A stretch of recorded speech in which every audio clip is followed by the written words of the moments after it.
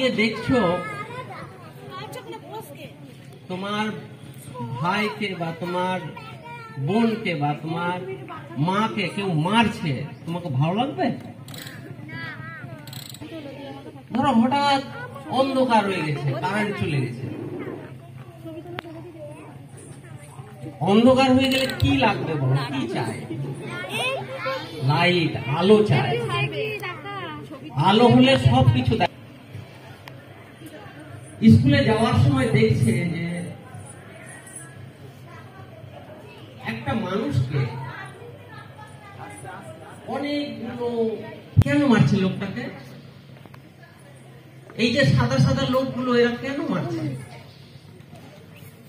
তখন সেই বাচ্চাটা বলল, সেই বাচ্চার বাবা, আজকে শ্রদ্ধেয় নেতাজি সুভাষচন্দ্র বোসের 128তম জন্মদিন উপলক্ষে আমাদের সাব ডিভিশনের যে SDICOর প্রোগ্রাম, আমাদের সম্মানীয় এসআই ম্যাডাম উপস্থিত আছেন। আজকে আমরা কয়ালডাঙ্গা প্রাথমিক বিদ্যালয়ে এই বিদ্যালয়ের সমস্ত শিক্ষক শিক্ষিকা এবং ছাত্রছাত্রী এবং গ্রামবাসী সহ আমরা উদযাপন করছি আর কি। আচ্ছা, হচ্ছে গিয়ে বাচ্চাদের নেতাজি সুভাষচন্দ্র বসুর গল্প আপনি মাটিতে বসে বললেন। অ্যাকচুয়ালি বাচ্চারা হচ্ছে আমাদের আয়না, আমরা তাদেরকে আমাদের নিজেদের দেখতে পাই। আগামী দিনটা কেমন হবে, সেই দিনটা কোন দিকে গড়াবে, সেটা সেই বাচ্চাদের উপর নির্ভর করে তৈরি হয়।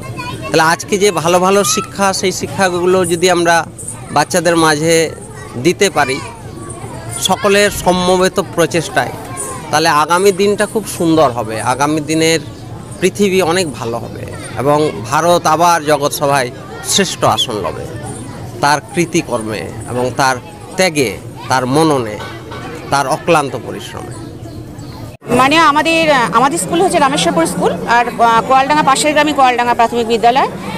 আজকে নেতাজির জন্মদিনে জন্ম উপলক্ষে তথ্য সংস্কৃতি বিভাগ থেকে যে আয়োজন করা হয়েছে, আমাদের দুটি স্কুলের বাচ্চারাই মানে পারফরমেন্স আছে ওদের।